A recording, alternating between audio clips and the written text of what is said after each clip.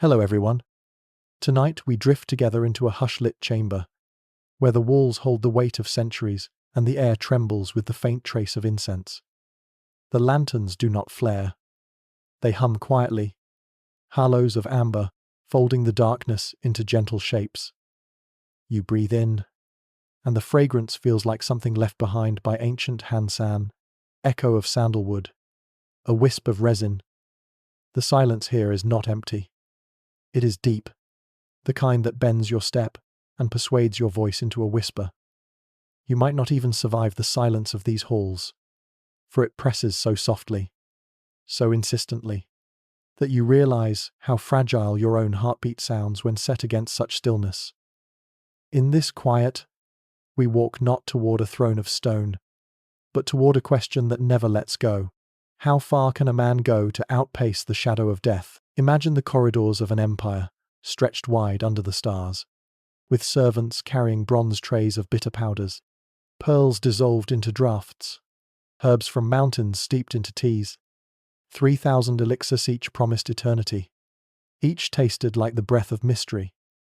And above them all, one ruler who commanded millions yet feared the one adversary no army could strike. As the night folds around us, you will notice how your breath slows to match the rhythm of unseen drums outside the palace gates. The empire is awake in its own strange slumber, scribes bending over bamboo slips, alchemists grinding stones to dust, physicians whispering of mercury and jade. In every chamber, there lingers the same tremor of hope that one sip, one formula, one gleaming pill might erase the line where life fades. And yet, beneath the glow of the lamps, another story stirs. A man named Su Fu, trusted with an impossible task, preparing ships that will cut across the ocean's endless dark. Hundreds of boys and girls, called pure by decree, are gathered to walk into the unknown waters, seeking islands where immortality was said to bloom like orchids. Imagine the murmur of their footsteps, the soft clash of robes against the wooden decks, the salt wind already tugging at their hair. They are carrying not weapons, but a prayer shaped by fear, by command, by the yearning of one sovereign's heart. But tonight, you do not need to hurry through this tale. Let the flicker of lantern light guide your thoughts the way starlight guides ships. Lean into the cadence of history as if it were a lullaby, where each detail brushes against your mind like the wing of a moth. There will be whispers, there will be journeys, and there will be the strange stillness of a man who ruled the known world, yet trembled at the thought of sleep without awakening. If you find yourself sinking into the rhythm of this story, I invite you like and subscribe, so we can return together to these quiet corridors again. And tell us, in the gentle pause before dreams, where you are listening from tonight, and what time your clock hums in your corner of the world. Now, turn off the lights, maybe turn on a fan for a gentle background noise, and let's begin our journey together tonight. The empire breathes around you like a vast, sleeping beast. Its boundaries stretch from deserts, where the wind scours bones into dust, to rivers that coil like silver threads across fields of ripening grain. Imagine walking slowly along those fields, the stalks sway, heavy with harvest. And in the distance, the mountains rest like watchful guardians. You feel the earth's pulse beneath your steps, a rhythm that carried millions of lives under the rule of one man's first emperor, Qin Shi Huang. The air of the age is dense with transformation. For centuries, rival kingdoms had fought and dissolved, their banners trampled into the soil, until the Qin army swallowed them all. Now, roads uncoil in straight lines across valleys, stone walls ripple across ridges, and weights, measures, even the written script, are pressed into one yielding mold. The empire is new, as if hammered together in fire, and yet already it whispers of fragility. For unity achieved by the sword trembles when the sword is set down. As you wander deeper into this landscape, you notice the order and the strain side by side. Farmers bend beneath the sun, their backs glistening with sweat, carrying food not only for themselves, but for the palaces and armies that devour endlessly. Soldiers stand in ranks at crossroads, their armor catching the light, eyes fixed straight ahead as if carved from the same stone as the statues that line the mausoleum under construction nearby. Craftsmen strike chisels against jade. Others shape clay into lifelike warriors destined to guard their emperor in silence for eternity. And yet, beyond the toil and the structure, something softer stirs. At night, in villages, children whisper stories of mountains rising out of the sea, where immortal beings walk among blossoms that never fade. These tales drift into the empire like smoke, half dream, half promise. They speak of elixirs, of springs that could cleanse death itself from the body, of herbs that shine under moonlight. And in a world where law and punishment cut sharp as blades, such whispers offer a gentler hope. The court mirrors this duality, a place of strict command and fragile longing. In the high chambers, ministers bend low, voices hushed as they read reports of distant provinces. Scholars press their thoughts onto bamboo slips, careful with every stroke of the brush, for words themselves can weigh more than stone. Alchemists, cloaked in secrecy, kneel beside braziers, dropping powders into flame and watching the smoke curl as if it carried secrets from another world. You and I walk among them quietly, listening. Each face carries the same shadow beneath the eyes, the knowledge that life, no matter how vast the empire, cannot be stretched forever. And yet, above them all, sits the sovereign, his gaze fixed not on the boundaries of his empire, but on the horizon beyond.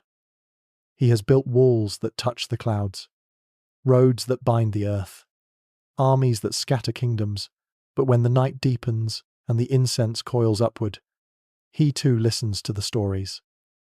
He too wonders whether there is an island where death does not walk, whether a sip of liquid jade might still the ticking of his heart. The empire becomes a reflection of his desire. Orders ripple outward, collect herbs from the peaks, distill metals into potions, record every recipe that might promise endurance. 3,000 methods, 3,000 fragile promises, fill the scrolls of the palace. Physicians argue in whispers, some warning of poisons, others daring to hope. And the people, far from the palace, feel the tremor of this hunger in the taxes they pay, in the labor they give, in the strange expeditions that march through their villages with baskets and jars, hunting for the substance of dreams. Pause here with me for a moment. Listen to the silence just beneath the noise of chisels and hammers, beneath the orders shouted in the markets, beneath the steady tramp of soldiers' boots. It is the silence of fear, the silence that comes when a ruler more powerful than any before still cannot master the one certainty all men share. It is in that silence that the seeds of obsession begin to grow, curling like roots into every corner of the realm. And yet, behind the stillness, something gentle was beginning to shift. The story of a ruler's obsession begins long before the crown settles on his head.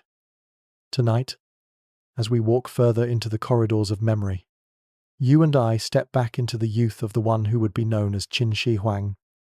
Imagine him not as an emperor, but as a boy whose destiny was already shaped by storms of intrigue. The palace air he breathed as a child was not filled with lullabies, but with whispers of lineage, exile, and ambition. He was born Zheng, son of the king of Qin, in an age when kingdoms circled each other like wolves. Even as a child, he lived beneath ceilings painted with dragons, yet he knew that those dragons coiled not to protect but to threaten. Ministers debated in shadows, alliances shifted like reeds in the wind, and his own place was never secure.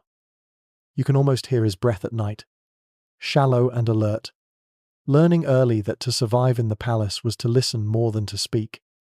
The boy walked through halls where every polished stone reflected not only his own face, but the faces of those who measured him rivals. Tutors, attendants who might betray as quickly as they served. The air smelled of ink and lacquer, but beneath it was always the faint trace of fear, like metal on the tongue. And so, from the first, He learned to hold silence close, to keep his desires veiled, to build walls inside his mind, as surely as he would later build them across the empire. Youth in the palace was not soft. Other children might play in fields, chase fireflies, or dream beneath starlight. But Zheng's games were strategies of survival. Each day brought lessons in ritual, the weight of history pressed through the voices of tutors, the rhythm of brushstrokes across bamboo slips. He learned to read the classics, yet in every character he traced, he was reminded that power could vanish in a single breath, a single accusation. The scent of candle smoke marked each evening, and with it came the knowledge that his life was tethered to secrets too large for his years. And yet, even within the tight boundaries of his youth, the boy carried a longing that stretched beyond the palace. You can picture him standing at a high balcony, gazing at the mountains, at the clouds that shifted above them. He must have wondered what lay beyond the horizons, whether there was a place untouched by plots and shadows. In that gaze already lingered a restlessness, a thirst for something more than merely a thirst that would one day twist into obsession. But the palace also planted another seed. As he grew, he watched elders weaken, attendants bend with age, ministers cough with sickness. Time carved its lines into every face. Yet he, still young, felt it as a kind of betrayal. If walls could stand, if jade could gleam for centuries, why must flesh falter? The boy who watched too closely would become the man who sought to resist time itself. The transition from boy to sovereign was marked by upheaval. When his father died, the corridors of power rattled with schemes. Ministers and concubines played their parts, hoping to guide or even replace the heir. But Zheng had sharpened himself in silence. He understood that to hesitate was to be consumed. In those days of peril, he seized control, not with loud declarations but with quiet precision, cutting away rivals as if erasing ink with a steady brush. At last, the boy of whispers became the young king of Qin. Step with me into that moment. The court assembled, ministers bowing low, banners rippling against carved beams. The air smells of incense and cold bronze, and in the center stands a youth whose face is still smooth, but whose gaze already carries the chill of iron. The palace that once threatened to devour him now answers to his voice. Yet even here, where triumph should bring peace, his heart is not eased. For the same halls that raised him still carry the same truth. Power bends, bodies age, and time waits for no sovereign. And so, from the earliest chapters of his life, the seed of obsession was sown germinating quietly in the boy who became king, waiting for the day it would bloom into the endless hunt for immortality. The palace in Qin was not only a house of governance, it was a labyrinth of sighs, glances, and silken corridors where ambition breathed as heavily as incense. As you and I walk softly through these chambers, you can hear the faint rustle of robes brushing polished floors, the muffled laughter that hides unease, the delicate chime of jade pendants at a woman's waist. The harem was not merely a retreat of beauty. It was a theatre where loyalty and betrayal performed their scenes in silence. Within these walls, concubines waited like lanterns placed in long corridor seats glowing, each uncertain whether she would be lifted or left to fade. Behind painted screens, attendants whispered of who was favored, who was forgotten, who dreamed of seeing their son ascend above all others. Every sigh, every lowered gaze carried a weight that could tilt the balance of power. You can almost feel the tension beneath the perfumes, sweet lotus layered over something sharper, the hidden scent of calculation. For young King Zheng, the harem was both a sanctuary and a snare. To step into those chambers was to be surrounded by beauty, yet to be reminded that affection could be wielded as a blade. Concubines brought not only warmth but also rivalries, each seeking to secure a place in the story of his reign. Ministers aligned themselves with particular women, hoping influence would trickle like oil from pillow talk into decrees. Even whispers in the dark could echo through the court, altering decisions that affected provinces far beyond the palace gates. And within these intrigues lay the constant reminder of mortality. The emperor might take solace in youth and beauty, but each season shifted faces. A favored one might fall ill, another fade with age, and in their place new faces would arrive. The cycle repeated endlessly, a carousel of fragile blossoms offered and discarded. For a ruler whose heart already stirred with unease at the passage of time, the harem was a daily mirror of transience. No matter how many silks surrounded him, or how many eyes bent beneath his gaze, he could not hold them unchanged. Yet, not all intrigues were whispered behind curtains. Some rose like storms. Ministers wary of losing influence stirred plots against rivals, cloaking their movements in accusations of misconduct. Concubines who once shared secrets found themselves outcast when rumors stained their names. A single suggestion, a single slip of a brush on a memorial, could silence a family forever. Still, the palace moved on, as if each disappearance were only another flicker of candlelight snuffed out in the wind. For Zheng, this climate taught more than distrust. It taught the fragility of legacy. To see how quickly one name could be erased from records, how swiftly a woman beloved in the morning might be banished by night, must have carved deep channels in his mind. Power seemed vast, yet memory proved fragile. And if the palace itself could so easily forget, what of the centuries? Would even his reign, his triumphs, one day be only whispers? And so, the young sovereign began to look beyond the palace. If within these walls beauty faltered and loyalty crumbled, perhaps there was another path, a quieter promise beyond human treachery. He listened more intently to alchemists who claimed that the harem of the immortals did not wither, that there were islands across the sea, where maidens lived untouched by age, where blossoms never fell, where laughter did not curdle into schemes. The dreams offered by such stories gleamed brighter than any painted chamber. Step with me now into a late evening. Lanterns hang low, the air thick with the perfume of orchids. Concubines recline behind curtains. Attendants whisper, and yet the emperor's gaze drifts far beyond them. He hears the laughter, but he does not linger. His mind has already stepped onto a distant shore where none of these intrigues can touch him, where no season steals youth, where no whisper erases a name. In that drifting thought lies the first true surrender, not to love, not to power within the harem, but to the idea that somewhere else, beyond the reach of mortal frailty, eternity waits. And yet, behind the stillness, something gentle was beginning to shift.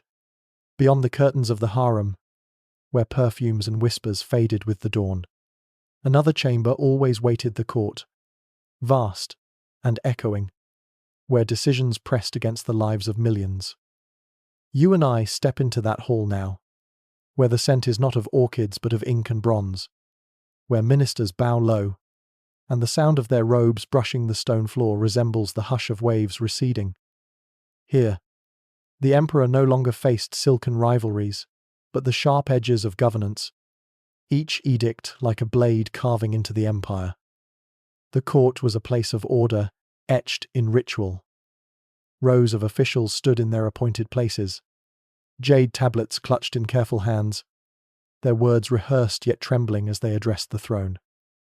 Reports poured in from distant provinces, floods swelling rivers, rebellions flickering like sparks, caravans carrying tribute across long roads. Each detail was a thread in the vast fabric of Qin, and the young emperor tugged at them with deliberate precision. Standard weights and measures, laws inscribed on iron, roads uncoiling like veinsaw were tightened beneath his gaze. But beneath this rhythm of control, another current flowed. Ministers vied for influence, aligning themselves with different philosophies, some clinging to the strict punishments of legalism, others whispering of gentler traditions long silenced. Debates, though outwardly calm, carried the danger of storms, for a wrong word could end a career or erase a family line. You can almost hear the soft scrape of brushes as scribes record each syllable, knowing that in this court, words themselves bore the weight of swords. For the emperor, each session reinforced both triumph and unease. He had bound the land, silenced rivals, and imposed unity upon a fractured world. And yet, every memorial that spoke of unrest, every plea for relief after famine or flood, reminded him that even an empire of stone was vulnerable. He ruled men, but he could not command the rain. He decreed order, but he could not still the tremors beneath the earth. Power stretched vast, but not infinite. And so the same shadow that haunted his nights in the harem also walked with him into the court, the knowledge that what is built can crumble, what is alive can wither. Ministers, aware of his unease, fed him promises veiled as counsel.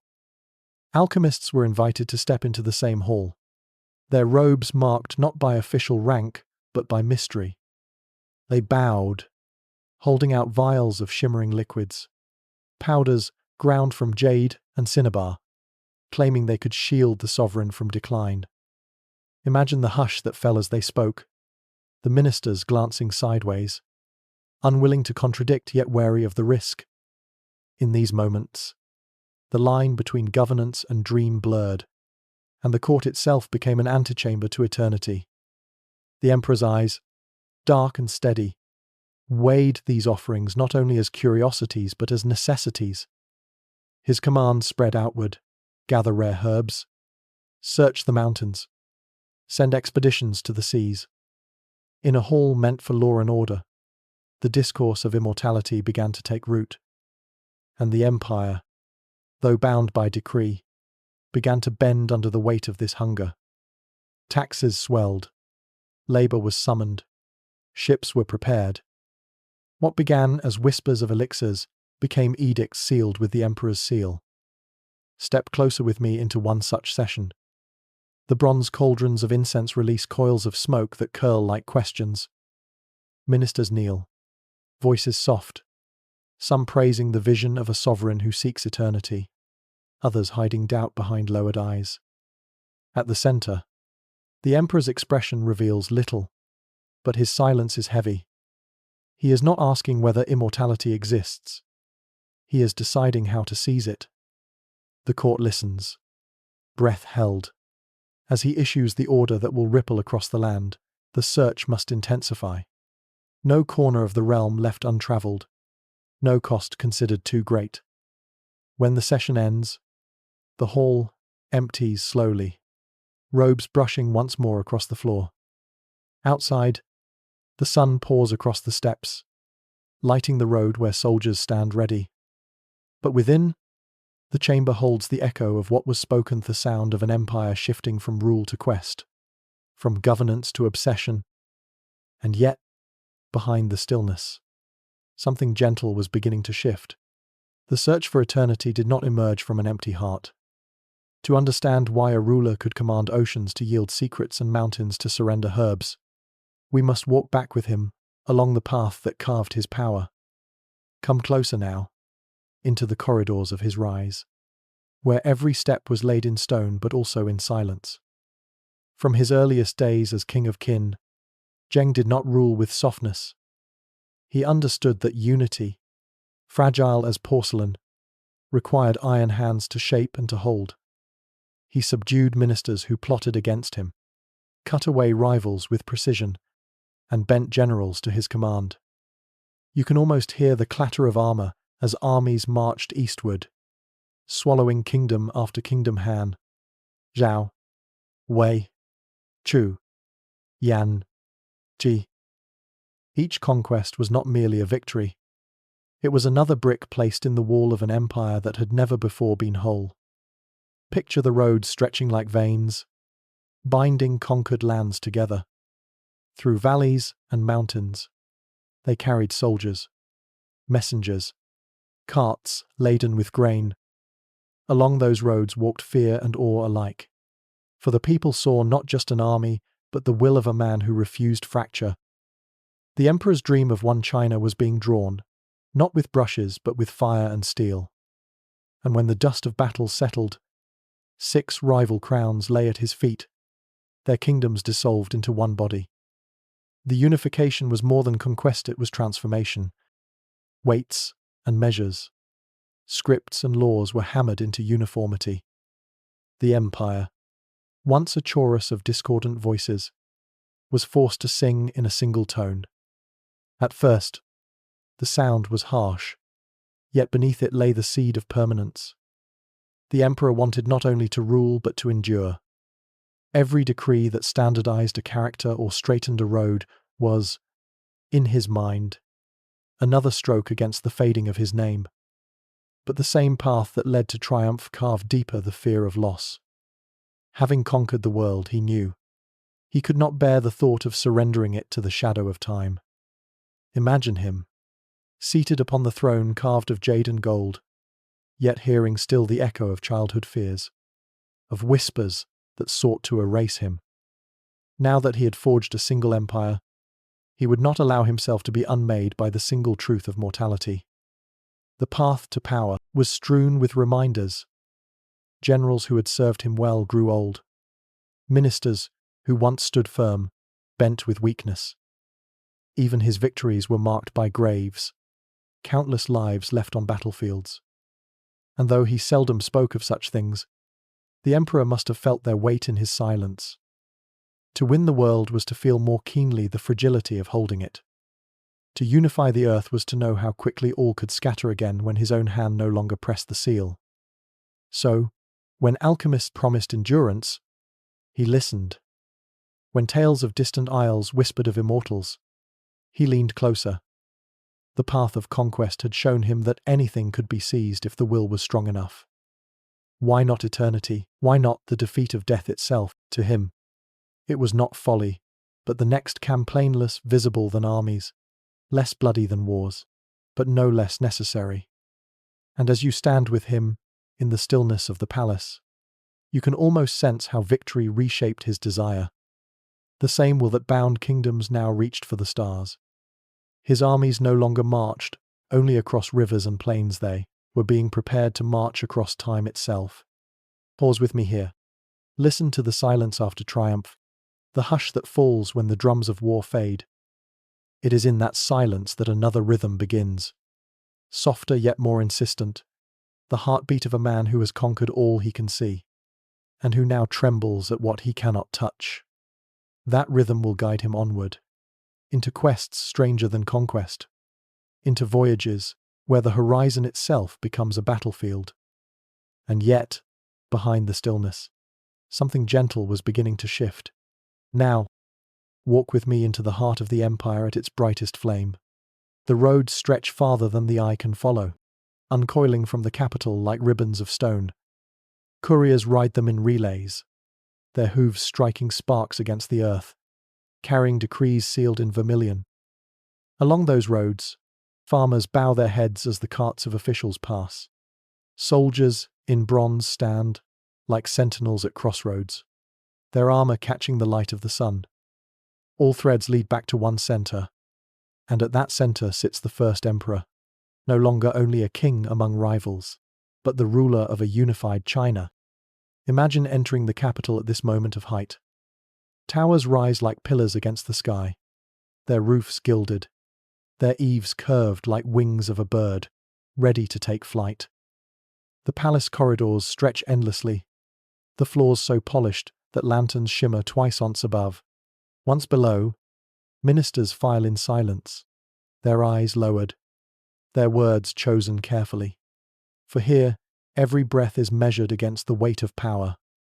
And beyond the court, the vast machinery of the empire hums steadily, canals dug by endless hands, granaries filled by harvests taxed in measure, armies stationed at the empire's edges like walls of living stone. This is power at its most complete, an empire that breathes to the rhythm of one man's will. His word reforms scripts, his command levels mountains. He orders books burned that speak too freely of other ways, erasing voices of the past to silence debate in the present. The empire does not argue. It obeys. His presence is everywhere, in the iron weight you place upon a scale. in the characters carved into bamboo slips, in the walls that climb the ridges of the northern frontier. Even when you close your eyes at night, his will surrounds you like the wind unseen, yet unyielding. And yet, at the very height of his reign, the same shadow trails him. Picture him seated on a throne, the air around him heavy with sandalwood, while alchemists kneel at his feet. They present vials of liquid gleaming faintly blue, powders shimmering like crushed pearls, elixirs that carry the scent of metal. Ministers glance sideways, afraid to speak, but afraid to remain silent. The emperor listens, his eyes dark and steady. For him, this court of eternity is as important as any council of war. The empire outside hears whispers of this obsession. Villagers watch processions of officials collecting rare herbs, strange minerals, and even dew gathered at dawn. Ships are prepared at distant coasts, filled with jars and baskets, their prows carved into dragon heads to face the sea. People murmur of boys and girls chosen for purity, sent to seek islands beyond the horizon, where immortals are said to dwell. To the common ear, it sounds like legend. Yet, in the empire of Qin, legend is made law. The height of power is also the height of unease. For every triumphal's rising, kingdoms silenced, roads binding the land, together there is the soft reminder that all is temporary. The emperor has built more swiftly, more ruthlessly than any before, yet he feels in his own body the same tremor of age that bends peasants in the fields. His physicians prescribe draughts of jade, his alchemists offer mercury, and he drinks them with the same determination he once drank in the victories of war. The taste is bitter, the promise uncertain, but his will does not falter. Step closer with me into a late evening of this height. Lanterns cast their glow across scrolls piled high. Ministers wait with sealed memorials. And at the far end sits the emperor, his hand resting upon the jade seal that symbolizes his rule. Around him lies all that he dreamed as a boy, a unified empire. Ministers bent to his will, armies unchallenged. And yet, if you listen beneath the silence, you will hear the deeper truth that he is not satisfied. The empire has been conquered, but time has not. And so even at the pinnacle, he reaches outward, beyond land and law, into seas and stars. And yet, behind the stillness, something gentle was beginning to shift. The lantern light that once glowed so steadily in the emperor's chambers begins now to flicker. The empire, though vast, quivers under the weight of its own breath. You and I walk quietly through its streets, and we can feel how the pulse of power has begun to strain. The walls still rise, the roads still stretch, yet behind them murmurs grow louder, like the rustle of reeds before a storm. The emperor himself, though still feared and obeyed, carries in his body the marks of time. His face, once sharp as a sword, now shows faint lines at the corners of his eyes. His nights are longer, filled with draughts of strange elixirs. Servants whisper of his restlessness, of dreams that chase him awake, of his growing dependence on alchemists who promise what no man can deliver. The mercury he drinks glimmers like liquid moonlight, yet it sears from within, leaving him weaker even as he clings more desperately to its promise. Across the empire, the people feel the cost of this obsession. Taxes rise, labor summons grow harsher. Farmers who once sowed grain now cut stone for walls or carry herbs for court physicians. Ships are stripped from harbors, loaded not with trade goods but with voyages seeking islands no one has ever seen. Among them walk the chosen boys and girls, their families weeping silently at the shore. Villagers watch the sails vanish into the horizon and wonder if they chase immortals or only a dream that devours their children. The ministers, too, feel the tension. Some bow low and repeat the language of hope, praising the quest for eternity as a vision beyond mortal kings. Others hide their unease, speaking carefully, for to doubt the emperor's path is to risk erasure. Still, their silence weighs heavy. In private halls, they wonder whether the empire's strength is being poured into a vessel that leaks into the sea. Yet none dare confront him openly. His will, even weakened, is iron. Decline spreads like a quiet fog. Grain stores dwindle. Rebellions flicker at the edges of provinces, and the people begin to murmur that heaven itself has grown displeased. Strange omens are report comets blazing across the sky, earthquakes trembling beneath the walls, storms tearing roofs from villages.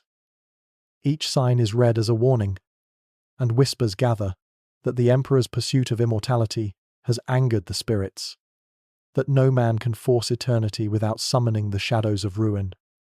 Still, he presses forward. Even as his journeys grow more difficult, he travels in great processions across the empire, inspecting walls, temples, and tombs. Servants walk beside his carriage, carrying baskets of medicines, jars of elixirs. You can almost hear the soft rattle of the vials, the faint cough he hides behind closed curtains. And yet, before his court, he shows only the mask of command. To admit weakness would be to let the silence of mortality speak aloud. The people, though still bending under his rule, begin to see through the cracks. They notice that the emperor no longer appears as often in open ceremony. They notice that his commands grow stranger, more desperate. Some pity him, whispering that he has been misled by alchemists. Others grow bitter, seeing their labor spent not on food or shelter, but on an endless dream. In taverns and markets, quiet songs rise, half lament, half mockery that even the greatest of rulers cannot bribe death. Pause with me here. Feel the air of the empire at this moment, heavy with incense, yet tainted with unease. The emperor's strength wanes even as his will sharpens. The people bow, but behind their lowered eyes lies a flicker of doubt. Ministers obey, but their hearts tremble with questions. The empire stands, but the ground beneath it softens. And yet, behind the stillness, something gentle was beginning to shift. The journey nears its quiet end now, and you and I walk slowly through the last corridors of this story. The emperor who once dreamed of living forever has gone, his body claimed not by foreign armies or rivals, but by the very drafts he believed might preserve him. His carriage, heavy with secrecy, rolled along distant roads, courtiers whispering lies to conceal his death until they could return to the capital.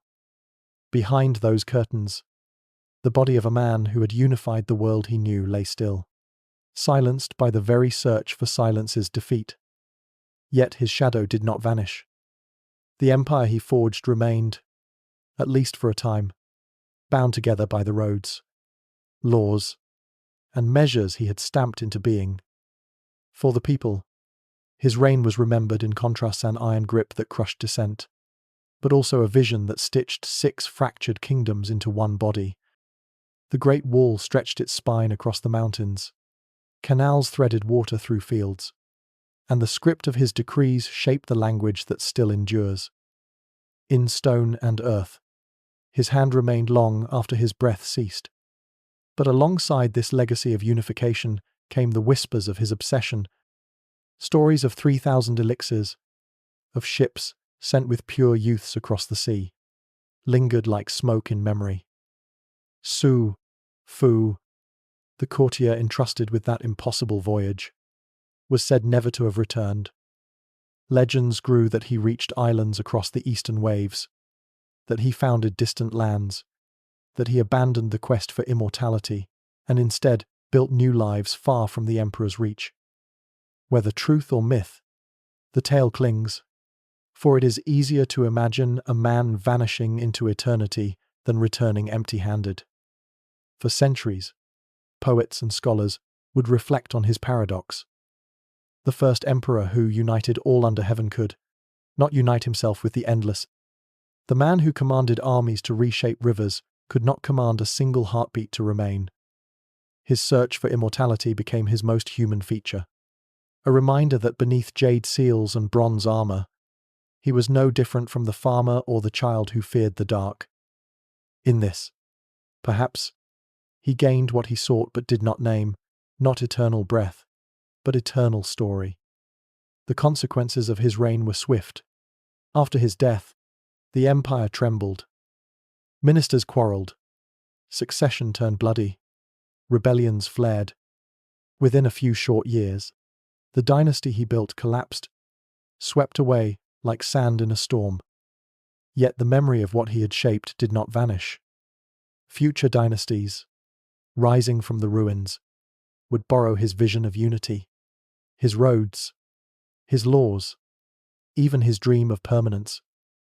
In that sense, his obsession bore fruit not in his body's survival, but in the persistence of his idea.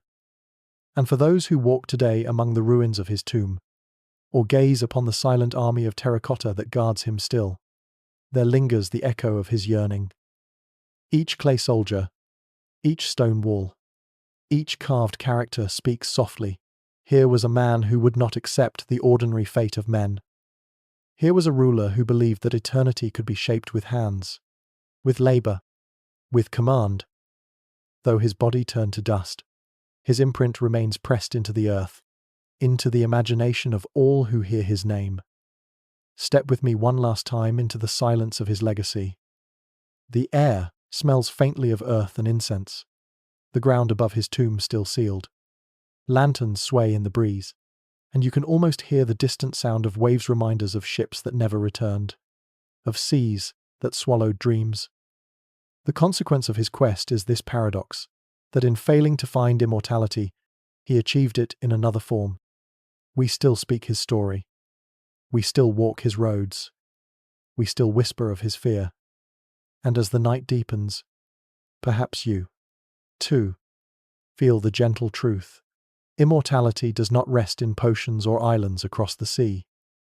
It rests in the memory carried forward, in the breath of those who speak your name, in the shadows of walls and the silence of stories. Qin Shi Huang sought to outpace death and could not. Yet in telling his story tonight, we walk beside him still. And so, dear listener, we arrive at the final hush of this long corridor, where incense thins into the night air and the lanterns burn low. The story of the first emperor's obsession has wound itself around us like the fragrance of sandalwood, sometimes sharp, sometimes sweet, always lingering in the quiet of our thoughts. You and I have walked together through his youth, through palaces heavy with whispers, through courts where power bent nations, and onto the seas where ships carried the emperor's most impossible hopes. Now we pause, not to judge, but to listen once more to the silence that follows when even the most powerful voice falls still. Imagine standing outside the hidden tomb, the mound rising like a sleeping mountain beneath the sky. The earth above it is soft with grass, but beneath lies a city of clay soldiers, frozen in their silent watch. Torches do not burn there. No footsteps disturb their vigil. They wait in stillness, each one carved with eyes that never close, their hands forever ready to hold weapons of a war that will never come. The emperor rests within, surrounded not by the laughter of immortals, but by the echo of his own command to endure. Step closer in your mind. Can you feel the weight of that place? The soil presses down. The silence holds centuries. In that hush, the emperor's obsession with eternity is fulfilled in a way he never imagined. His body failed, yet his will carved monuments that time itself hesitates to erase. The Great Wall still traces its back across ridges. The terracotta army still stands. And the very idea of China, whole and unified, still breathes his imprint. It is a strange immortality less than he desired, more than he perhaps understood. As you breathe quietly with me, think of the people who lived beneath his reign.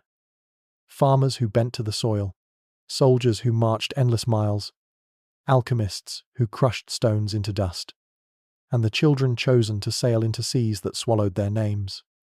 Their lives, too, became part of this quest. Though history rarely speaks their stories, they linger like the faint echo of footsteps down a corridor unseen, but never truly gone. Perhaps it is they, more than the emperor himself, who teach us that eternity is not carried by one, but by many. The night deepens, and outside the palace walls, the sound of drums once marked the passing hours. In our journey together, those drums have faded into the background, like the slow heartbeat of history itself.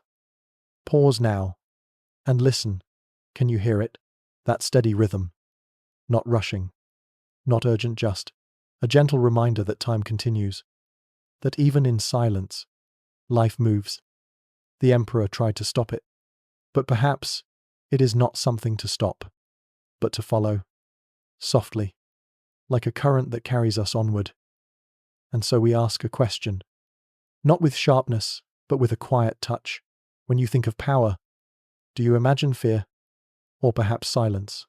Is power the ability to command armies, to bend laws, to order walls to climb mountains?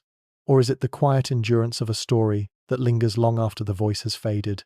Tonight, as the lantern light dims and the air cools around you, you may find that the truest form of immortality is not in the body, but in the telling. The emperor sought eternity in elixirs, but found it, unknowingly, in memory. You and I, by walking through his story tonight, have carried him a little farther into time. Each breath you took while listening, each image you imagined, gave life again to a man long gone. That is the gift of stories. They weave the past into the present. They carry voices into silence. They make immortality real in ways no potion ever could. So rest now, with this thought gently settled in your mind.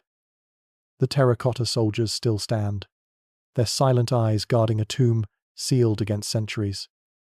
The great wall still winds across ridges, a stone dragon asleep under the sky. And somewhere, in the soft tide of memory, the first emperor still seeks his dream of eternity. He did not escape death, but he slipped into story, and there he remains, waiting for each new listener to walk beside him in the quiet halls of history. If you'd like to continue these journeys together, you know what to do. But for now, may sleep carry you gently through the night.